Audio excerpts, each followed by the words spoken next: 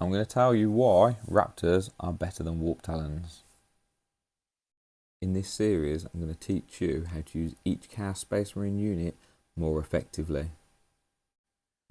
So, Raptors, contentious, better than warptalons? I believe so. Okay? So, they're both jump pack infantry units, they both move 12 inches. One's Demon Kin, so it's got the Demon keyword, 5 plus invuln. Also, can uppy downy, which is pretty good. But Raptors, for me, are much better. At the moment, I have 3 units in my list, and I'll tell you why I don't have any warptalons and I have 3 of these. So 12-inch movement, 4 toughness, 3 plus save. Warptalons have a 5 plus invuln, 2 wounds each, leadership 6, OC 1.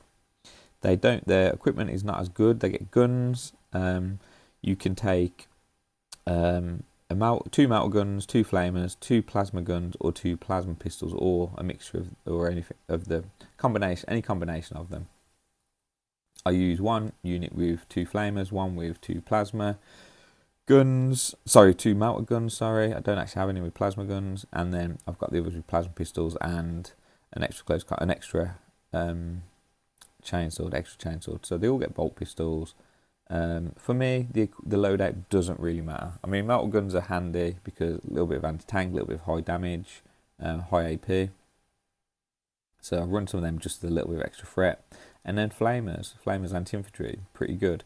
And then the ones that I use with plasma pistols, it's mainly so I've got the extra the extra attacks with the chainswords. And also you're always going to have the sergeant with a power fist. So these abilities, again, I always forget to use them because not that they're not useful, just that they're just not needed for what I do. So the fearsome aura, anyone within 6 has -1 to their leadership. So every time they take a battle shock or a leadership test, you take away 1 from the result. They've also got terrifying assault. So at the start of the fight phase, each enemy within engagement range takes a battle shock test. That could be good in the Night Lords detachment where you've got a lot of stacking battle shock, and if something's battle shocked, obviously you can't contest an objective.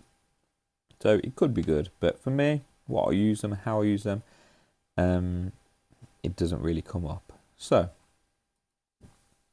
the way I use Raptors, I have 3 units currently. 1 starts in reserves, and the other 2 are there ready to jump on the left and right no man's land objectives.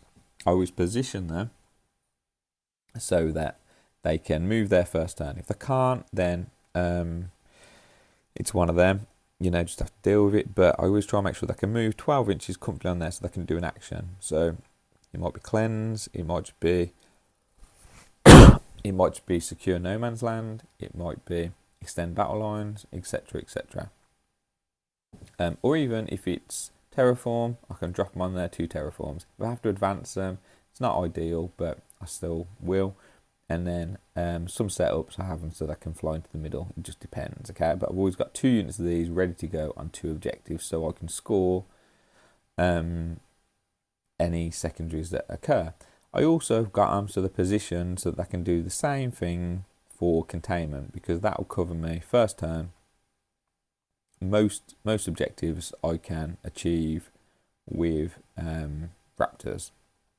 But why am I saying don't use warptalons or they're better than warptalons?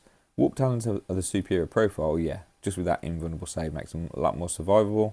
They've got better weapons for close combat. So why do I say that these are better? Well, these are 90 points. Warptalons are 125 points. That's 35 extra points. That's, a third of a unit. So if I had to choose, and what I use them for is just cheap objective scoring units, they're brilliant, they're great. Warptalons, okay, I know people have a lot of success. They'll use maybe a 10-man unit and they'll drop them down, they'll kill something, and then they can lift them back up and put them into deep strike reserve again, and then they'll drop them down, they'll do the same thing again. I've got other things that can do that. I've got a curse cultist that will kill them. I don't really need to do that. My third unit, I'll have just in deep strike to drop down as some threat. I like having a rhino with 2 lots of legionnaires in to drop round, but that's quite an expensive investment. So at the moment, I'm just trialing having some sort of threat, so that you still have to screen out. So you don't want Raptors dropping in and charging into your chaff in the backfield. But yeah, it's mainly just a threat. They're not going to do a great deal of damage, but they're still going to do something. You've still got to screen them out. It's still, they still have to screen out as much as they would have to screen out a Rhino, or they'd have to screen out Terminators, or even warptalons. So they're still screening out. They're still doing what I want them to do by screening out. I've still got one unit which I can drop down at a later date, and it's much cheaper. Cheaper than Terminators, cheaper than warptalons, cheaper than a Rhino full of Legionnaires.